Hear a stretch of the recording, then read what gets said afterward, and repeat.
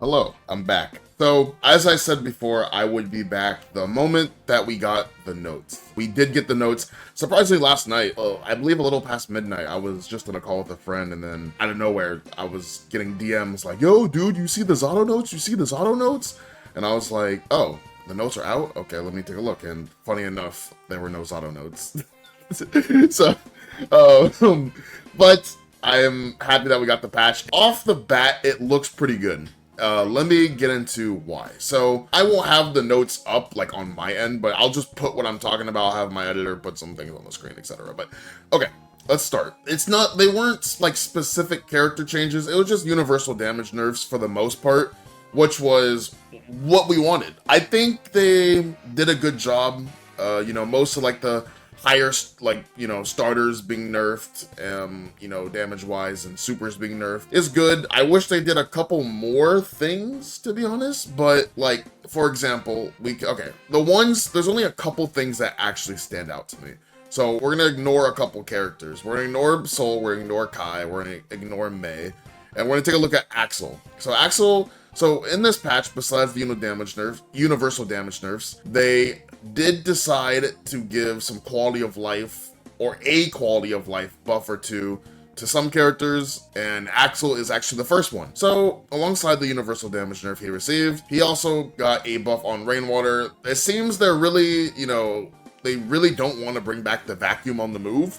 So it kind of seems like they're just giving him tools to like cope with that, which is fine, but he probably still won't be great. But yeah, universal damage nerfs definitely do help Axel as a whole. I think the most buff characters from the universal damage nerfs are probably like Happy Chaos, Zato, I guess. Those characters didn't get their damage touched, so the fact that, everyone else is doing lower damage while they're doing the same damage is definitely good, especially since they're like squishier. But yeah, Axel got a quality of life buff.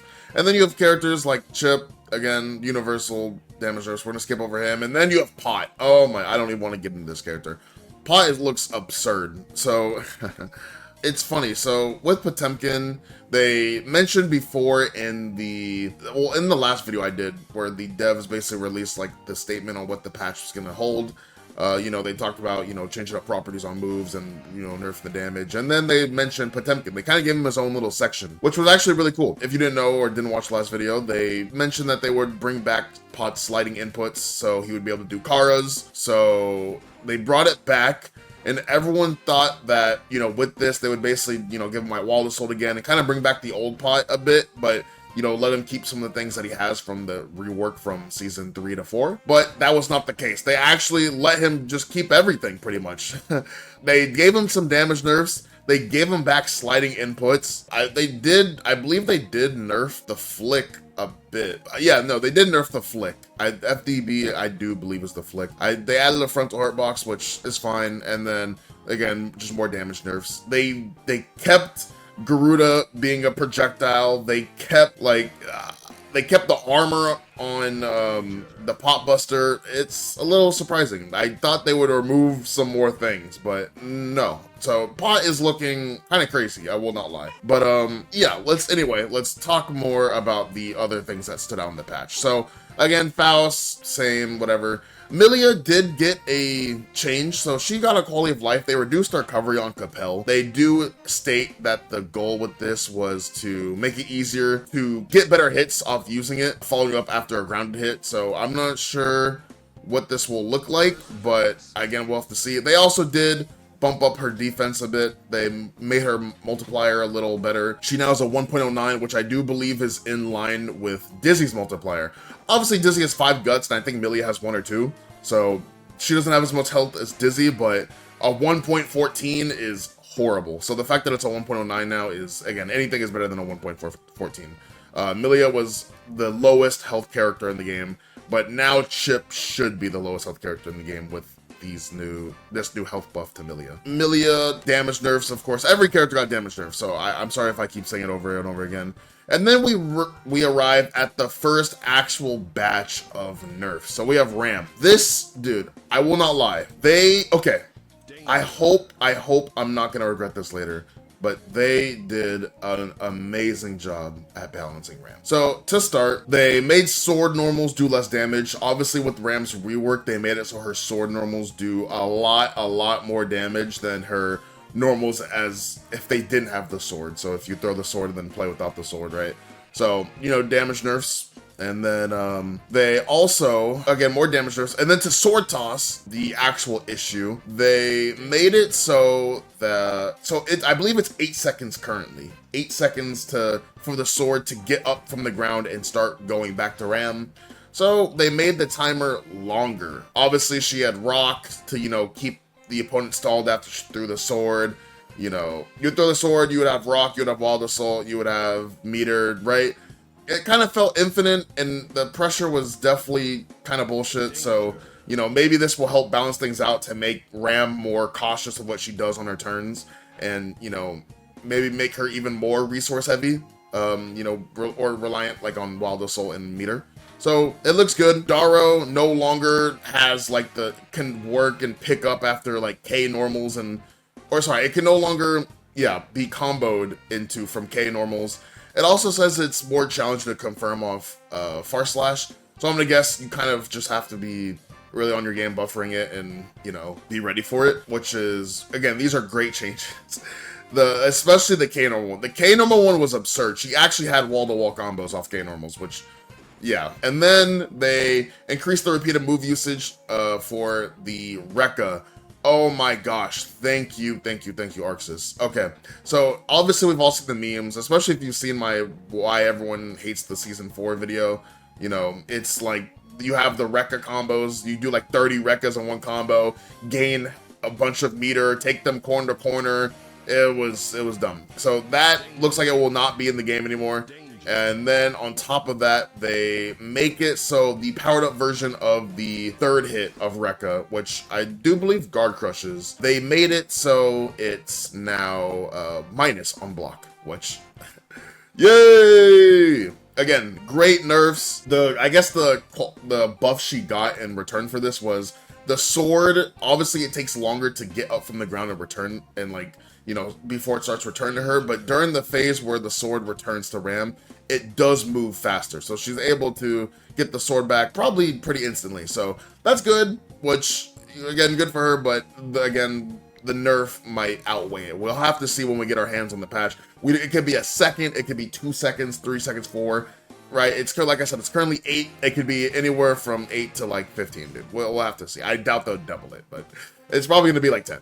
They'll probably add 2 seconds. Yeah, no, this looks great. And then they nerfed Calvados damage, which, I mean, yeah, good. That Calvados was essentially a nuke. So, but yeah, no, this is good. You know, gravity scaling on the Rekka, less plus frames, harder pressure to run, worse combos, right? Dude, I'm here for it. The next character that caught my eye. So we're going to, you know, Leo, whatever, Nago. Nago got like a slight, okay, so Nago, obviously they added the guard crush change to, you know, his normals, and in this patch they added the guard crush change to his normals last patch, but basically with this patch, one of the system things is that guard crush doesn't do as much chip damage, right? So, you know, the fact that Nago's normals and higher blood were doing like, I feel like they were doing half your life on chip.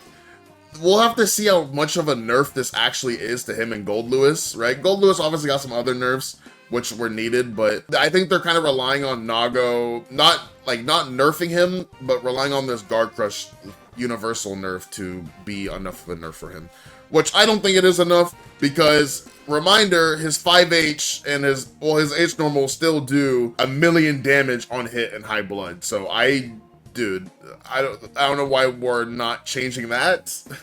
They also removed like the Kara bite and like the wave dash with FD from the 6K.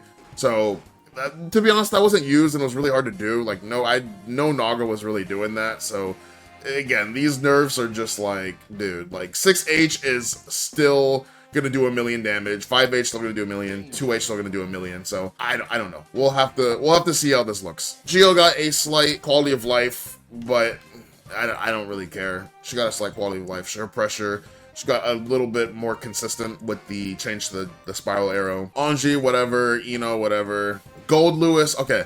So the Gold Lewis changes, look, a lot of people are saying the Gold Lewis changes are not enough and he's still going to be broken. Again, we need to get our hands on the patch and actually see the difference in chip damage from, you know, with this new patch. It seems like the devs are heavily relying on that change to be the difference for Nago and Gold Lewis. So hopefully it's enough, but people don't seem to think off first impressions without playing the patch that this change will be enough to actually nerf Gold Lewis. A lot of people think he'll probably still be the best. But anyways, the nerfs that he got. So they gave his BTs damage paration, which obviously is good. This hopefully it can be felt actually fighting him. They removed the wall bounce from BT, and then they gave Skyfish the minigun more recovery. It became too strong, and I'm glad they realized it. So more recovery will be good. I'm not sure. Maybe he won't be able to take his turn from full screen if he uses all of his security and like gets the hard knockdown with the minigun. But yeah, again, we'll have to see. They also made it so the security gauge has a longer cooldown, which is, yeah. The security gauge has a longer cooldown when doing the BT cancel. So we'll have to see. It looks good, but I don't know if it'll be enough. Again, yeah, we'll have to see. This isn't the nerfs that I wanted for Gold Lewis.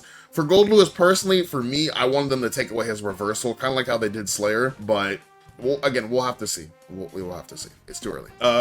They gave Jacko back her 2D, which is all the players wanted. That's cool. That's literally all the Jacko players wanted. So, you know, I guess complaining enough gets you, or going on strike, you know, gets you buffs. Zato, Oscar, hello. And then we have Testament, dude. Oh my gosh, these Testament changes are absurd. I actually have Testament on the screen, so I will show it off myself. But as you know, the Grave Reaper has a huge frontal hurt box. It's huge. So you can stuff this, like look at this, right? You can basically stuff this.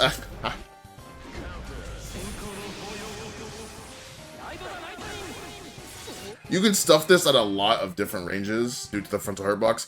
And it was kind of like the flaw that Testament had. They're like a zoner, but they were a zoner, and I guess, but for some characters that felt like they weren't a zoner due to the longer normals and be able to hit this extended hurt box.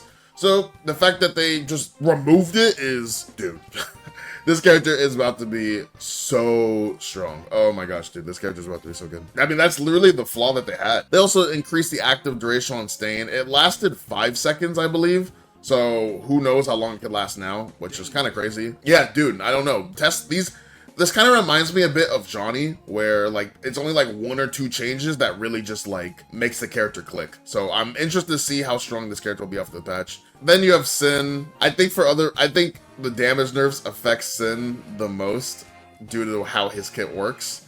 But I won't get into talking about Sin, not right now. Let's keep going. Johnny got away with murder, no, just damage nerfs. They nerfed Elfeld's bomb super, which thank God, it was the best.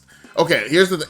Okay, it's nerfed, but I don't think it's like, I don't know. It's nerfed, but I don't think it's dead or anything like that. I even saw an Elfeld player on Twitter saying it's not a nerf, so we'll have to see. But Elfeld, no damage nerfs to Elfeld. No damage nerfs, just the 1 super change. So yeah, she's still gonna be ignorant. Then you have Abba, Slayer, and those characters, whatever, and then just damage nerfs. And then you have Dizzy. It seems like with Dizzy, they wanted to make her more of a zoner. So her archetype, the way she plays is clearly the way a zoner is supposed to, like, they want her to be a zoner, right? So they're just trying to make her more in line with that game plan, right? So what they did is they made it so the fireball, so the rising hitbox of the move is now a strike, meaning that FD now affects this, so her pressure got worse. If you fought Dizzy or you play Dizzy, obviously you could do like the fireball, and there was no pushback, kind of like Pot's Garuda, because there's no, since it's not a strike, FD does not affect it, right? But what they did to compensate for that is they made it so that if the projectile part hits you, usually you could just tech, so you would just get up and be like a soft knockdown. Now, it's a hard knockdown, so a lot more scary as a neutral tool, which allowed her to get set up into the ice floor, which, you know, is, you know, stronger, you know, so it looks good. I believe that is it, though, to be honest. Oh, it also will beat other, like, just erase other projectiles, which, again, is really good. Giving her the zoner part, which is again, like I said, the game plan of the character. So I think they did a good job with Dizzy. I don't know how strong she'll be, but she was a little underwhelming as a DLC character, so I think this is a good change. They did a good job. Not over buffing her or anything like that, just kind of seeing where she's at and maybe giving her like a good buff or two that will encourage players to pick her up so they can gauge her strength. So yeah, if there's any, again, I don't think there's any, the characters that got actual changes, I will definitely make a video on Ram. I will definitely make a video on Gold Lewis. I'll definitely, you know, get those pushed out to you guys with this, once we get our hands on the patch and the players are able to get their hands on the characters and whatnot. I also want to see the Testament changes, so maybe I'll get someone back on here for that. But yeah, no, dude, this patch looks good. Also, oh yeah, Pot, Andros, I'm coming for you, bro. But no, the changes look good. Sin's dead. I'm joking. I'm not joking. Alright, but yeah, that's enough for me. Thank you, everyone, for watching. We will get our hands on the patch soon and expect more videos on that. I hope everyone's been enjoying the video so far, and yeah, we have a couple more things to post before we get our hands on the patch, and then back to the regular scheduled videos. So thank you everyone for watching, and have a good day. God bless.